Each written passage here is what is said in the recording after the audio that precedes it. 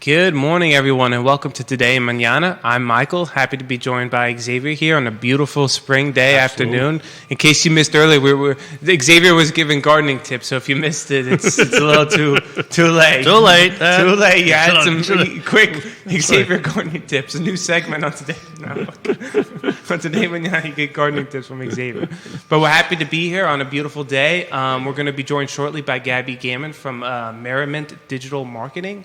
As always, we are happy to be sponsored by Emergent Financial Services and partnering with Matthias Realty, Charlottesville Opera, and FABA, the premier Latino networking business group here in Charlottesville. Xavier, happy to be here with you. Absolutely. It's been some time since you and I are together. Of course, it's now every other week, so it feels longer sometimes. Probably. Yeah. But it has been a while, because I think last time it was you and Alex. Yeah, last time it was Alex and I. That's correct. Yeah. I mean, it could be, but I tell you, it's, when you watch the beginning of the show, it feels long to me. But when I'm sitting here, it just seems to fly. I mean, I was here just kind of looking at my phone. All of a sudden, I hear her talking. I said, already? He got the 3, 2, 1, go. I know. Watching you feels long for me, too. I'm not going to lie. I'm talking about watching the introduction. The introduction, young man. Of the show. Oh, this is going to be a long 1 hour. I can just see that. It's going to be a good 1 hour because we got a great guest coming up. So I don't know about you. Are you ready to kind of jump absolutely. It'd be guest? Great to find out a little bit from Gabby, all about her business and how she started and all that. Yeah, okay. And also, what is digital marketing? I always love to hear what other people think. Because you're old-fashioned. Well, no, because I get that on the email. Oh, digital marketing here, digital marketing there. I'm saying, for me, marketing is I pick up the phone, I make a phone call, and I talk to people. Exactly, because you were marketing in the 80s and 90s, not the 2000s, so things changed a little bit. Just a little. Just a little. That's what I heard. But we are very happy to be joined by our fantastic guest, Gabby Gammon from Merriment Digital Marketing. Gabby, thank you for coming on. Good morning. Yeah, thank you so much for having me. No, it's a pleasure. You see right in this morning, right? Yeah. You had to bring that up. Yeah. Just calm down. I mean, listen, we know. I grew up in New York, right? So it's like traffic is just part of the norm. And here, every once in a while, you just get the little, all of a sudden, the little accident here and there. It's like, I know. Like yesterday, just get out of the parking lot. Yeah. Mm-hmm. It was like unbelievable. I couldn't get out. I mean, because there was an accident like on the 250. Yeah, and that whole old Ivy road was just backed up, and nobody would let me out. Finally, I just kind of snuck in. I said, "Sorry, guy. I mean, sooner or later, I gotta get out of here." I guess you got that kind of face. No one wants to let you in on the highway. They always let me in. That could be it. That could be it. Yeah. But anyway, enough traffic. So, Gabby, tell us a little bit about yourself and kind of how you started Merriment Digital Marketing. Yeah, so I grew up in Lynchburg, Virginia, about an hour away, and I moved here 2 years ago.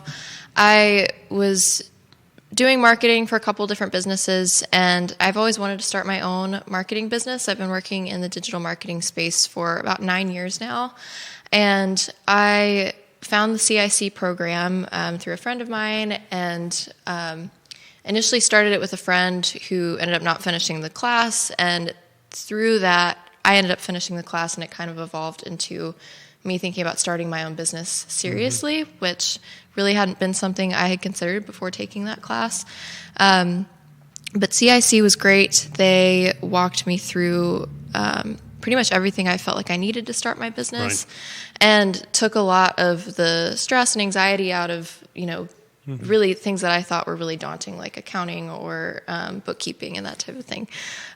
So that's how I got started. Like I said, I had always kind of wanted to, but I was nervous about starting my own business.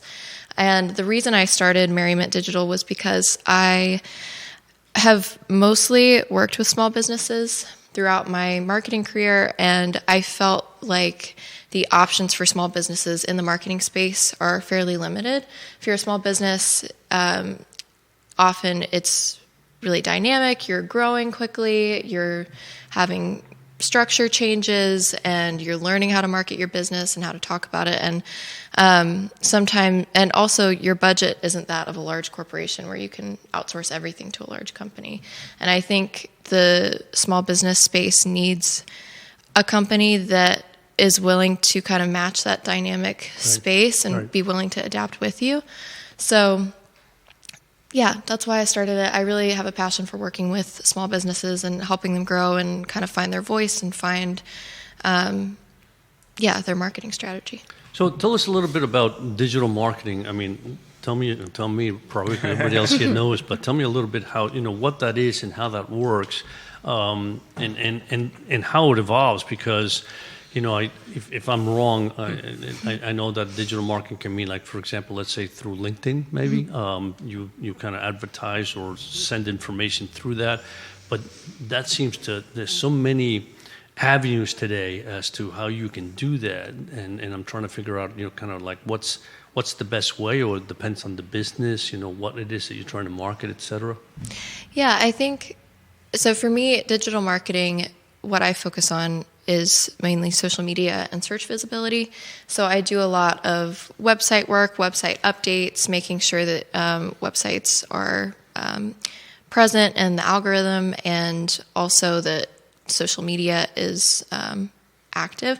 I think that gets overlooked a lot in the marketing space. A lot of people think that their clients aren't on social media maybe, or, they think, oh, I'm not on social media, so there probably aren't that many other people on social media. But what I like to tell people is, even if none of your clients are on social media, having that social media presence helps your overall visibility as a business. So anything that you have out there on the internet that's promoting your brand, that's consistent with your brand voice, is going to help your visibility as a business owner.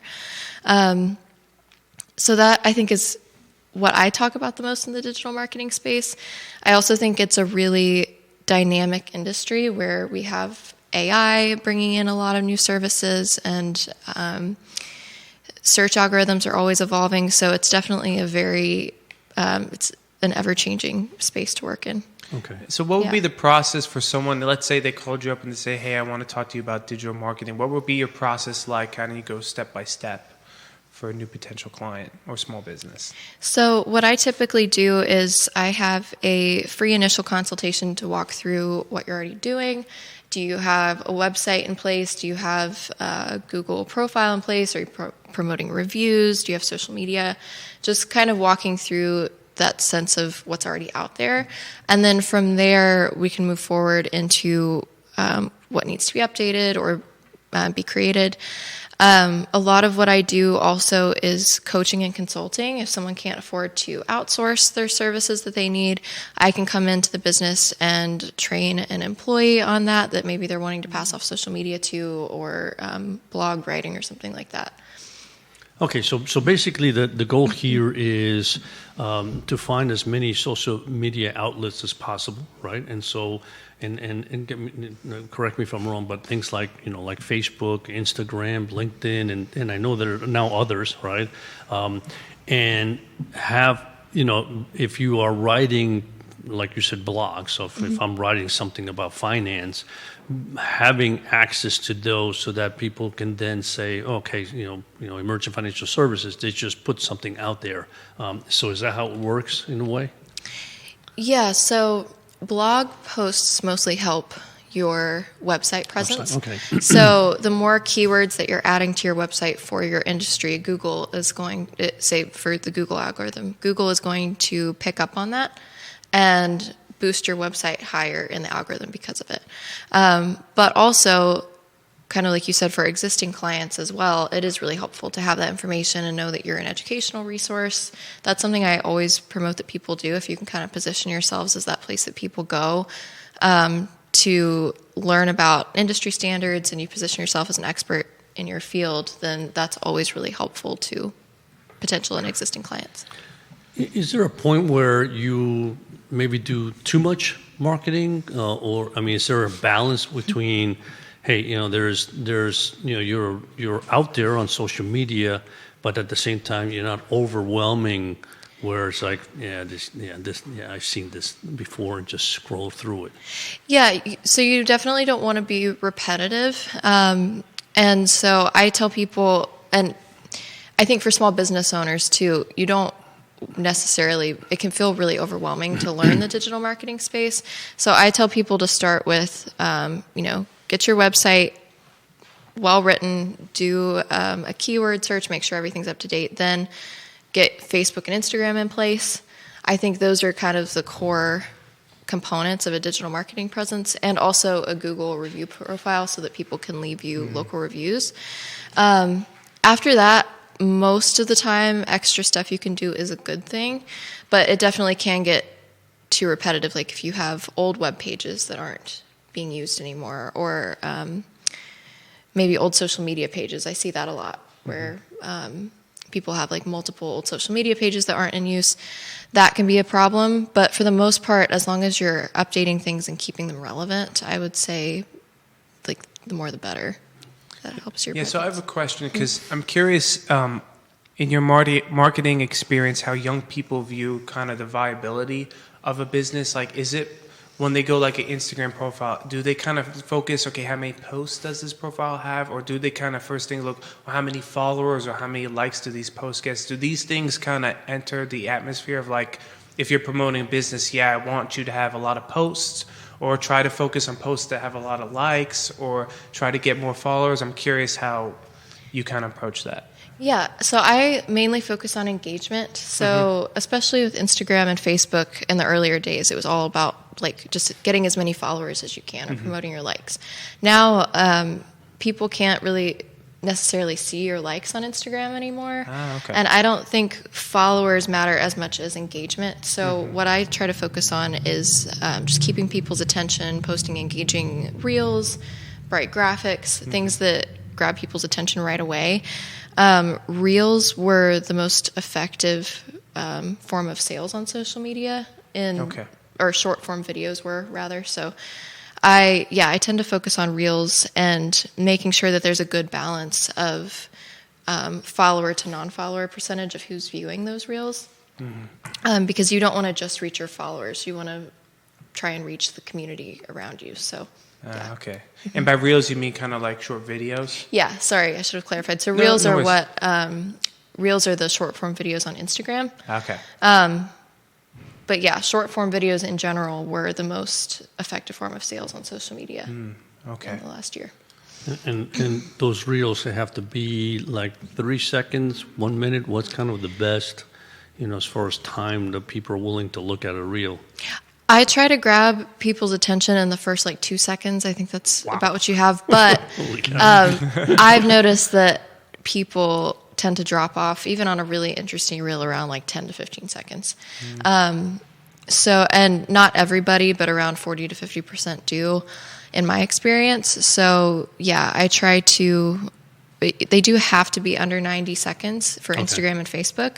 TikTok can be longer, but I try and keep, as a general rule, my videos around 30 seconds to a minute at longest.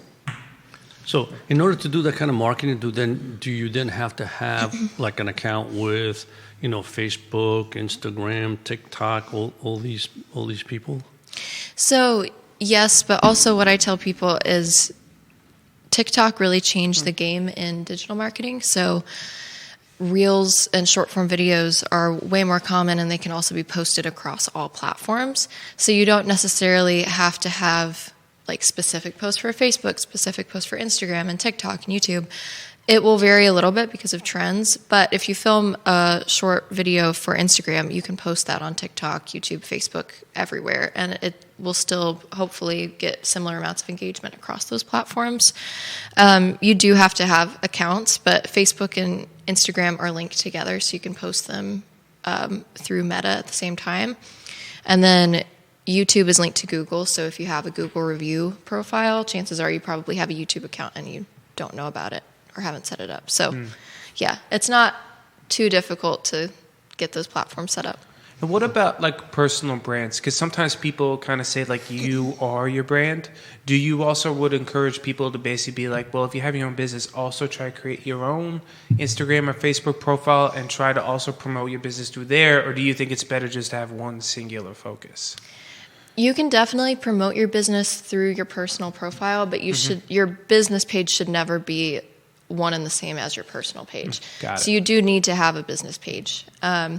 I do also tell, especially small business owners, that you are the face of your business. So if you're willing to be on camera and kind of get used to that and being in front of your customers on social media, that's definitely, I think, really helpful to an online presence. Got it. And quick question about your name. What inspired the name Merriment? My sister-in-law came up with it. We were just brainstorming names, and I wanted something that kind of inspired joy and fun, and she was like, well, what about Merriment? And I thought that was a perfect word. So, that's what I went with. Very cool. And how is it like being your own entrepreneur? Because, we're always kind of curious about, like, what's it like, that jump to going from, like, starting your own business. How does it feel being your own boss? It's great. It's definitely a challenge. You have to hold yourself accountable, and I've learned a lot about time management and just setting deadlines for myself. But I think it's a lot of fun, and it's always changing. So I love it. Yeah, it's a challenge. I mean, I know the CIC program because my other son is on the board. And it's incredible how many people we meet, right, that have gone through that program and how good that program really is. And I guess it's because... our guest 2 weeks ago, Viva La Nash. Oh, yeah, that's right. Yes, right. Yeah, she was on CIC, that too. Yes, exactly. And, she was actually in my class. Oh, really? Yeah. Oh, how do you like Very that? Cool, yeah, she's great. Yeah. So, and part of it is when I think about it, is because, most people have they have a passion for whatever it is that they like to do. And it's doing that they enjoy. What they don't realize is when you start your own business, there's other things that you have to be part of. Like for you, marketing is probably not difficult because that's what you're selling, right?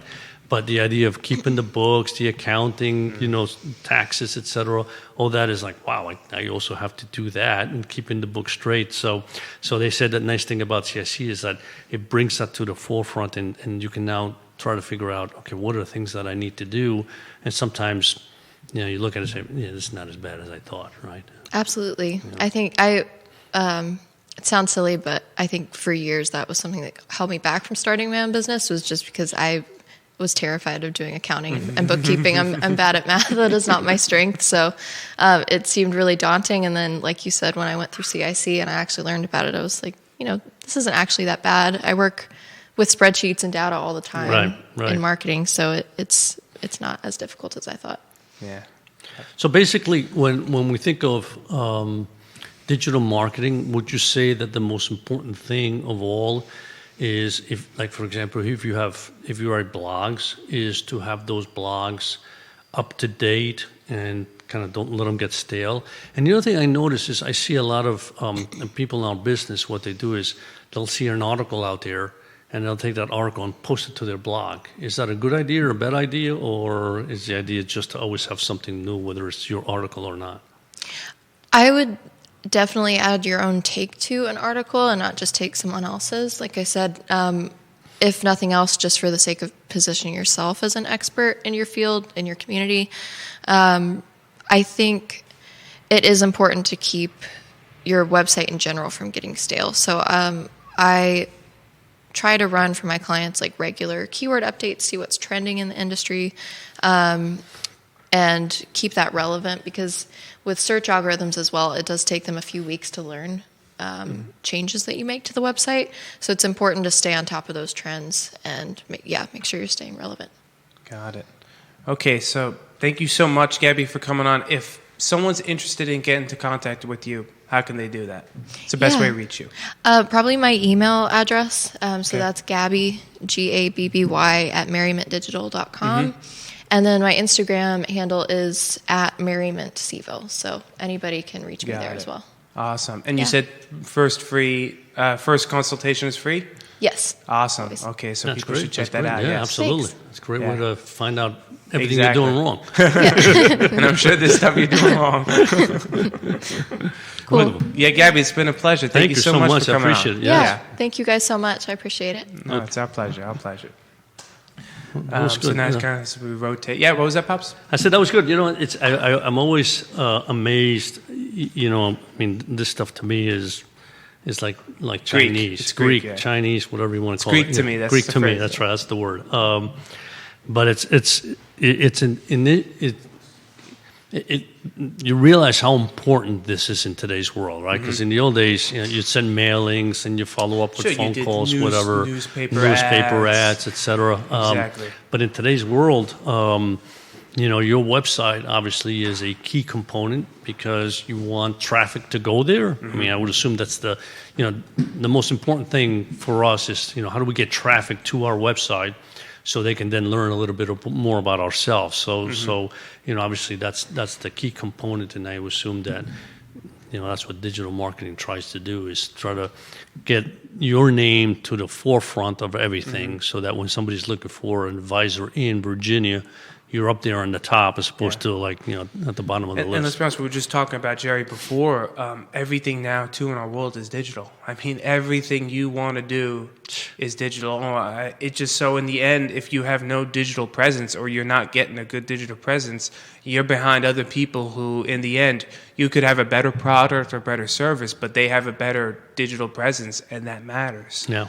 In today's world. So, you kind of have to be on top of that, and it's tough because, especially for people in your generation, I'm barely on the cusp of this too, but it's like we didn't grow up in a digital world. No. I mean, you technically have a Facebook. When's the last time you were on your Facebook? You probably don't even know how to use it. I log in. You log in, you probably don't even know your password. It's probably automatic. I don't know my password. I mean, to be fair, that's a lot of people. Yeah. But still, I mean, it's an important part of people's businesses now, so it's something that you have to keep an eye on and you have to keep updating and, kind of put some effort into it because that's how people are going to find you. And then if they like you, they're not going to basically, I bet you in today's age too, it's not like, people probably tell each other verbally that they like someone, but, like Gabby was saying, Google reviews or Instagram comments, maybe someone's like, this person makes a great croissant, right? People's like, oh, wow, this person says that this person makes a great croissant. I mean, listen, sometimes you go on Amazon. I know Mama does when you want to buy something. It's like, oh, look, it's got like 5 stars, so you should buy it. Then, in a way, that's kind of like digital marketing. If someone's getting good Google reviews, like, well, look, this person said this Chinese restaurant's excellent. Exactly. Exactly. So that may prompt you to go there. Yeah. So, yeah. No, I mean, listen, I recognize that's how it works, right? And to a certain respect, that's why you need somebody to help you with that because, what is it I love to do? I mean, obviously, I enjoy research and managing. You enjoy the dancing TikTok videos? I love, but I do that on the side when I'm home. Okay, they're private hands. That's a private thing, but at work, I'm not going to spend my time, trying to figure out digitally how do we, grow Emergent. I'm doing some research. This thing is down. That thing is up. And you've been doing research, haven't you? Because things have been pretty crazy. It's been surf waves in the market recently. That's right, exactly. But it's amazing. We always say that, and some people probably say, that's probably overblown. But chaos creates opportunities, right? And really, in the last 2 weeks, it's just been amazing what's happened in the marketplace. And how many opportunities we have seen where it's like, man, that ETF or mutual fund, whatever, you do the research, you look at the underlying securities, you go, man, I think it's cheap, right? So you find, where can we do a swap? Is there an opportunity to take advantage of that? So to me, that's the fun part, right? Because it's like you find this, kind of diamond in the rough is what I call it, and say, how do I position my clients so they can take advantage of this and then kind of ride that wave up, right? Because when markets are this crazy, especially crazy in the sense that there's down markets. Well, and not just down markets, there's just volatile markets. I mean, there is a sense that day in and day out, you really don't know what's going to happen because, hey, a new tariff just pops up and the market goes down like 10%. And then the next day it's like, no, the tariff's lifted and now it goes back up 10%. I'm like, I don't know exactly what's going to happen today. Well, in the end, it's always uncertainty is what causes issues, right? But I thought what has been amazing in this particular year, right? If you take a look at this year, right, all the way through March 31st, right, the stock market was down. In reality, the sectors that were down were almost expected in the sense of, irregardless of the tariffs and everything's going on, tech, discretionary. And to be fair, not to toot your own horn, but I remember we did a show in December and we were saying that those top 10 companies, S&P 500, were overvalued Exactly. or something like that. What their market price was far beyond what there was a price to earnings ratio was. Something along not those only lines. that, but their value. I Yes. mean, 10 companies, when you Yeah. looked at over 3,000 securities in the stock market, they represented over 30% of the entire stock market. And it's like, tech had reached such a high eventually, point yes. that there was bound to be some sort of correction. exactly. And yes, we took it, we obviously did something about that. Yeah. We didn't know, like we told our clients, is it going to happen this year? Next year, we don't know, but historically, this cannot continue, and therefore, we're kind of restructuring portfolios really to begin to, mitigate some of that risk. Boy, oh boy, I mean, tech is down like 17% this year, right? So consumer discretionary is down about 16%. So coming into this year, we saw challenges. We said, listen, credit card debt is through the roof, right? So where's the consumer going to go? Where's he going to borrow, right? I mean, the consumer is not like the U.S. government when they just print more money, right? They can't do that, right? So sooner or later, they say, I can no longer pay my credit card debt, and so I need to stop borrowing, and I can't borrow to pay off debt because that's just a circular, getting worse, go down the rabbit hole there, right? And two, tech was just unbelievable the kind of last 2 years they've had. So we felt like those two areas were challenges, right? Coming into 2025 and maybe 2026. We didn't know exactly when, right? Well, whole and behold, those two sectors are the worst two sectors really through yesterday, right? But the interesting is that it's really the first 3 months of those two sectors just got crushed, right? It's really April has been quite interesting to me, right? Because in April you had a few things going on. One is you had long-term interest rates rise. So, I mean, interest rates of the 5-year security out to the 30-year, interest rates went up, especially in the 30-year. They're up about 20 basis points, right? 20 or 30 basis points. Same thing with the 10-year, right? So you had, at the beginning of the year, rates come down. The bond market was positive. Stocks were negative. You had a balance there, right? We always say it's nice balance. Okay, the stock market's down, but the bond market's up. So your portfolio as a whole isn't getting crushed, right? All of a sudden, April comes, stock market continues to go down. Not just tech. I mean, energy, energy prices, because of the fact that oil is down. Oil went from 72 to 63. Yeah. So energy is down. Those two sectors continue to get, hammered, right? And bonds are now down. Spreads of credit and things like high yield spreads, corporate spreads, they've widened out, meaning that they've become cheaper, right? So in 15 days in April, what has happened those 15 days is incredible from the perspective of, how the markets have reacted to, yes, what the tariffs may do to our economy. In other words, and, we heard our lovely, Fed chairman yesterday talk about inflation and possible slowdown in the economy, right? So we sit here and everybody is talking about the same thing. Boy, oh boy, these tariffs are going to cause inflation. So if we're going to have inflation, two things are going to happen, right?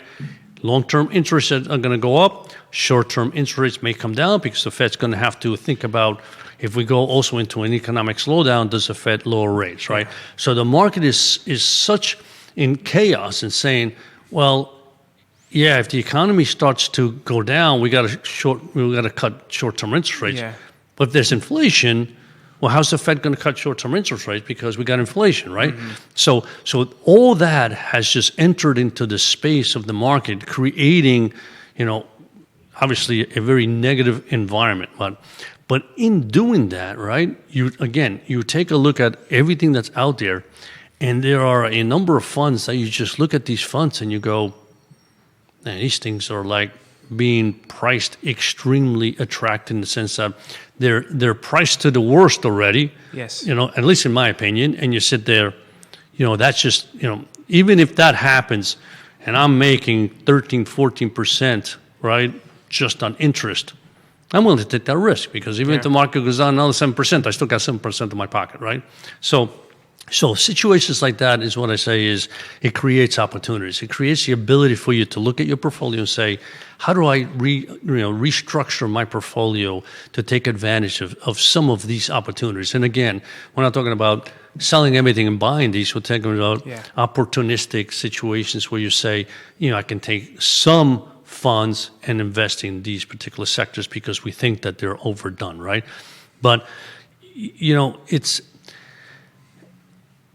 Again, the markets are, in a way, they're very myopic. And it's like, what is happening today? And the word inflation and recession are words that are being thrown out by every other economist out there. Yeah. And so it gets very nervous, right? But you take a step back and you say to yourself, if you're going to negotiate anything, and in this case, we're talking about tariffs with countries, but if you're going to negotiate anything, it's not a simple where, you say, I want this price, and the other guy says, no, I want that price. And then it's like, okay, let's meet in the middle. It's not as simple as that because we're talking about countries where there are multiple products, right? And so whatever country comes to our table and say, listen, we want to negotiate the tariffs. It's not as simple saying, okay, you said 40%, we want only 20%. Okay, done. It doesn't work that way, right? Because we're sitting there saying, well, it's not just that, but you don't allow us to sell even this product, right? Because this is what you do, and you don't allow us to sell that product because basically you then say, well, you feed your cows corn, and we don't eat cows, right? Yeah. That eat corn at the last minute. Therefore, we don't want to buy those cows, right? So the negotiations that we have to do with each one of these countries is long term. And I think what's happened is you throw the shock out there and saying, this is what we're going to do. We're just going to tariff you to the point where it's like, well, this can't happen because if this happens, this country's going under. So we need to sit down with you and negotiate. So I think the whole process is going to take some time. But I think the markets don't like that. The markets would like to be able to say... The markets, I think sometimes, Nick always talks about this too, they don't react on reality, they react on the news. And it's very possible that what happened was the market took such a hit because their worst case scenario was, oh my gosh, there are going to be tariffs on every country, on everything, so hence the market crashes. Well, the reality is probably that's not going to be the case. So your hope is that eventually, because they prepared for the worst now, as the reality sets in, if we get a better picture of what's actually going to happen, the markets might begin to start slowly correct itself. It's like, okay, we sold out. We thought the worst was going to happen, and it's not quite like that. And I remember you had to talk some clients off the ledge because they were like, the market went down a couple of days. They're like, oh my gosh, should I sell everything? Should I go straight to cash? And it was just like, I don't think that's a good idea, but it's kind of tricky just, I think, navigating. And my only question to you is, okay, so let's say you say there are opportunities to buy. If someone says, well, my portfolio's down right now, how do I figure out how to use this opportunity to buy? Like, how do I figure out? Because you don't want to necessarily sell on the low end of something just to buy into it. So how would you navigate that? It's hard to give that kind of advice only because you need to know exactly what's in somebody's portfolio. Somebody says, I have the S&P 500 in my portfolio, and then I got another ETF. I got two ETFs, and they're both down. Yeah, the opportunity is you've reduced the option in your portfolio because you only have two things, right? Yeah. Second of all, are we talking about a retirement account, or we're talking about an individual account? If it's an individual account, are you still carrying, gains from those particular positions? Are you now carrying losses, right? So there's a lot that goes on into that decision. In the retirement account, yes, you can say, listen, okay, you got the S&P 500. This is what's happened. Is there another way to diversify that portfolio so you now take advantage of other things out there, right? Yeah. But when you have a portfolio that's already diversified and you've got anywhere between 10 and 15 funds out there, right? That's where the opportunities come because you look at a fund and say, this is what I meant. We had a fund the other day that's like, I realized that fund is up like 4% this year, right? Yeah. I looked at why is it up 4%? I realized why it was up 4%. That this is good, but the chances of that continuing, it's possible, right? But the probabilities are low, right? So I need to swap out of that. What do I do in order to buy something that I think is now going to provide, upturn? And is it going to happen, this year or next year? I don't know exactly, but I look at it saying over the long run, this is going to be an opportunity. So little things like that is what you're working with, right? So that's what's always, for me, that's the fun part is when things are just kind of moving along and nothing's happening. It's just blah. There's not so much people to have do. you to blame because people probably like when things are blah. And Xavier's like, I need some action here. I need some. Urpí, he's causing exactly. this. Some people like when the ocean's nice and calm and they got the little board and they get sort of. Xavier's like, I want the waves. The well, that's waves. That's true. I like the waves. I like to go in there and do something. Not that you go in there and you walk a mile and it's like, okay, what's going to happen now? But it's just. We're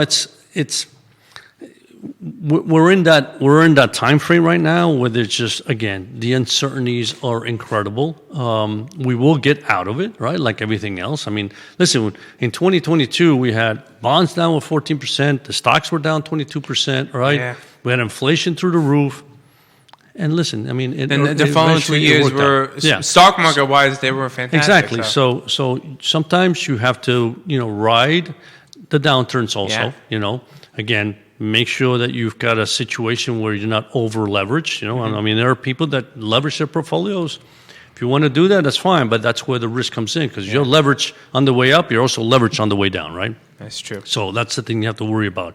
But otherwise, make sure that your portfolio is doing what you want it to do and it's being protected in such a way that when the markets go down, you're not over there saying, oh, my Lord, my portfolio is now down 30% and what do I do, right? That's a terrible thing, So there was something that you brought to my attention that you wanted me to talk about was an interesting stat that says in 2024, retail closures reached their highest level since the pandemic, according to Coresight Research, with a total of 7,325 locations shuttering. I guess shutting down. Yeah, shutting down. No, and that's so. And when I started before, right? I talked a little bit about the fact that the two sectors that were down was technology and discretionary, right? Mm-hmm. Consumer discretionary.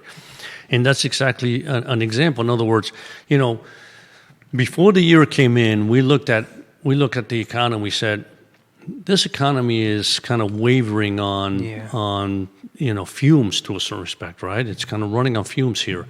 And that's kind of proof of the fact that there were a number of small companies that just couldn't make it last year, right? And it's kind of, I think, since the COVID era, right? And so you sit there and you say, we see that. We begin to see that happening, right? And we had a lot of money from the government come in and bail out a lot of people. A lot of people just had money that they didn't know what to do with. So some put it in the market, others just spend it. They wanted to continue to spend. They borrowed and borrowed more. And now they're sitting there going, oops, right? I can no longer borrow, right? So I think that's the consumer side. Same thing with businesses, right? The consumer stop spending. Small businesses are the first ones to get hit, right? Yeah. So I think we began to see that last year. And our feeling was that there's a probability that was going to run through 2025, right? Mm-hmm. So coming into this year, we were nervous about the stock market. We were nervous about the economy. And obviously the tariffs have thrown another little monkey wrench into that in a sense because, again, tariffs are, in the short run, challenging for, the consumer if it truly goes through. And I mean, what's sad is that, these tariffs haven't been in effect yet, and everybody's complaining about them. Well, they put them in April 4th, and then they postponed them. So we haven't really done anything yet, other than China. We haven't charged anybody anything. So the idea that, inflation is ready to kick in here, how and when? Yeah, and my only hope about the China thing, I mean, some of the goods that we do get from China, and people have always made these complaints because this is sometimes one of the few uniparty issues, is that we buy things from China because they're cheaper when in reality a lot of small businesses have the same things that we buy from Chinese products. Yes, they may be slightly higher technically in price, but it would be better just to kind of shop locally because a lot of the stuff you end up buying, maybe at a dollar store, Walmart, that's from China, you can buy from a small business, especially like, for example, in Charlottesville, you have a lot of small businesses that you can buy some of those products and whatever accessories from a small business that, yes, it may be, a little more expensive, but at least now you know who you're giving the money to. It's made here. You're giving it to a local person. You're helping your local community. That's the only positive I can at least see. It's like, make people wake up to the fact that it's like, you can be buying a better product. Yes, slightly more expensive, but a better product that's made locally, like right here, and helping your local community rather than just kind of buying the cheap China good that's come from the sweatshop. Exactly. And listen, and for companies like, obviously Walmart is one of those companies that buys an enormous amount from China, right? And you go there, and every time you look, it's like, you're looking to find something that says made in USA, and you can't, right? So eventually what happens is if those products then became as expensive as the ones made here, Walmart no longer needs to go to China to buy that. They can go here. So now you go to Walmart, it's like, okay, so instead of buying, a one of those kitchen things that cost you, scissor or whatever. Instead of buying one that costs you $2, right? Yeah. Which they're crap anyway, but it costs you $2. Now you're paying one that costs you $4.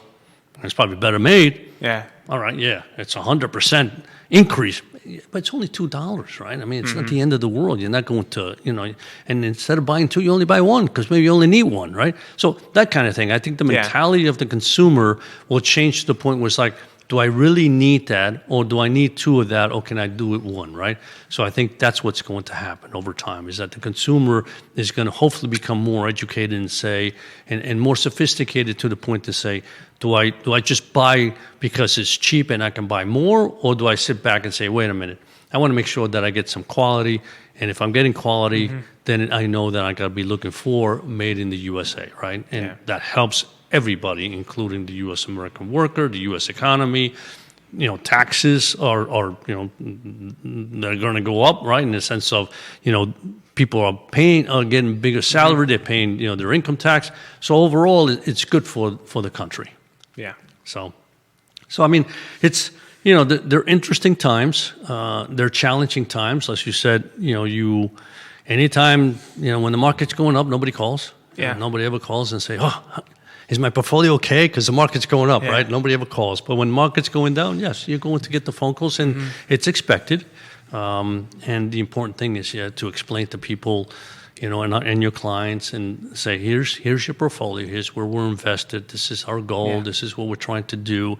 And in the end, it works out, because if you did what you planned to do for them in the first place, right, and you were clear as to what your goals were, and they understood those goals for them, most of the time when you come back to them and say, oh yes, that's right, I remember, this is what I wanted, and that's what's good. So, but it's that's what happens during this time. I think as time goes on, answers will reveal themselves, I guess. Yeah. But it's like I said, I've been living long enough that I've seen lots of market crashes. Yeah. We survived. Yeah, I've lived long. I've seen one too. That's right. That's right. You have. Yeah. So, it's. I think in the long run, whether it's this administration or the next administration or some other administration, sooner or later we have to take a step back and say, we can no longer continue as a country whereby we don't make our medicines here. We no longer make steel here. There's so many products we don't make in this country, which we can make in this country. And I think it's time that we say, hey, we have to be able to make a certain amount of products in this country whereby if something goes wrong somewhere, right, we're not depending on another country, because I don't care who your friends are, and especially with medicines.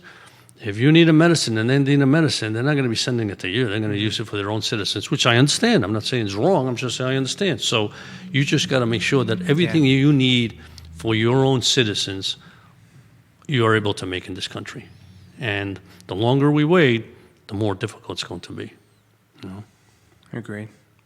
Well, thanks for sharing your thoughts. You're welcome. Thoughts that you've never heard, right? Hey, listen, maybe there was someone watching the show who was like panicking, and now they're like, wow, after hearing Xavier talk, I'm more panicking. I feel better.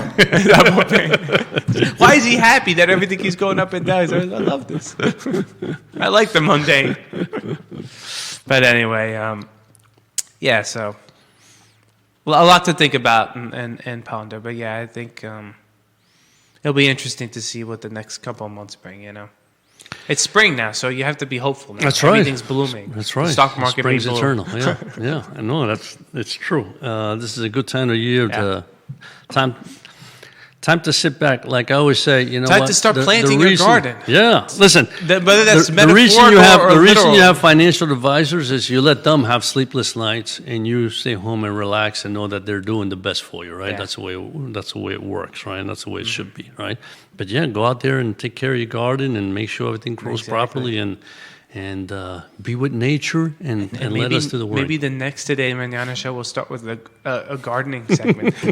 Xavier will bring his little pot. See this one? See this one needs a little more water. See, this one's got nice I roots. started all from seed this year, so we'll see how it goes. I know. I got a lot of them. You got the little water bottle spraying. I got a lot of them that have come up. You look like an expert. He's even got like the warming pad. Yeah, the mat, the little mat to make them grow. The light. Exactly. Right, because the first time I did it, I did no mat, no nothing, and it's like they grew and then they flopped. Exactly. You know what I'm saying? It looks easy when I see other people, so you start doing the research and it's like, all right, well, here we go. Yeah, they're cheating. Exactly. Got these mats, they got the lights. It's like those cooking shows where, it's like they put in the oven, but they already got a one already made. That came out perfect. Because that one in the oven, how do you know that one's going to come out perfect? It might come out bad. Maybe the one that they pulled out took 4 tries to get perfect. They're like, look at this. It's perfect.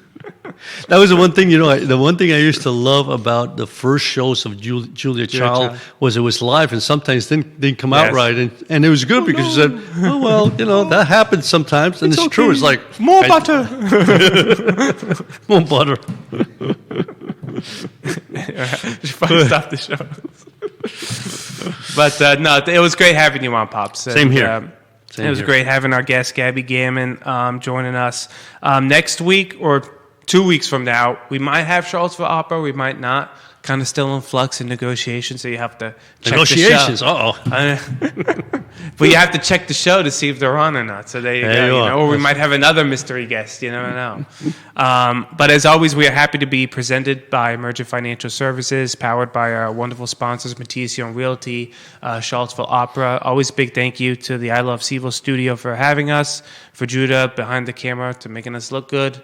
Thanks to Xavier, and of course, thank you to all our viewers. I know I didn't get a chance when Xavier and I are on. We don't have the digital presence, which we need to work on. But thank you to anyone who commented, liked, and shared or subscribed. Like, share, and subscribe. There you go. He got it in. He forgot this morning, but he just got it in now. But always a big thank you to our viewers for making this possible. We wouldn't be here without them. We look forward to seeing everyone next time. But until then, hasta mañana.